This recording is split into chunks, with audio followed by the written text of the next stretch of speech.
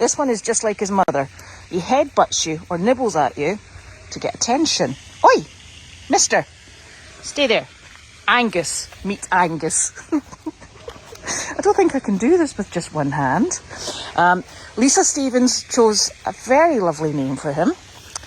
And this is Angus the Terrible, I think, actually. Hey, mister. And she's got she did a very thoughtful selection.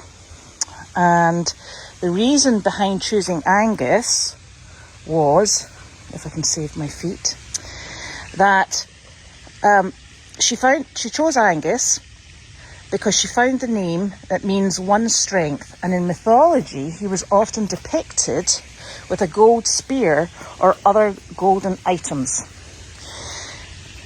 Thought this is a name that gives a nod to the community, the Goldy's community, as it comes together in support of the missions, both old and new, as the farm transitions to the future.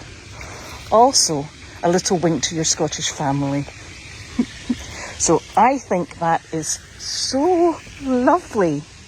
And he is very deserving of the name. I'm going to stop now before he eats me. You little monkey.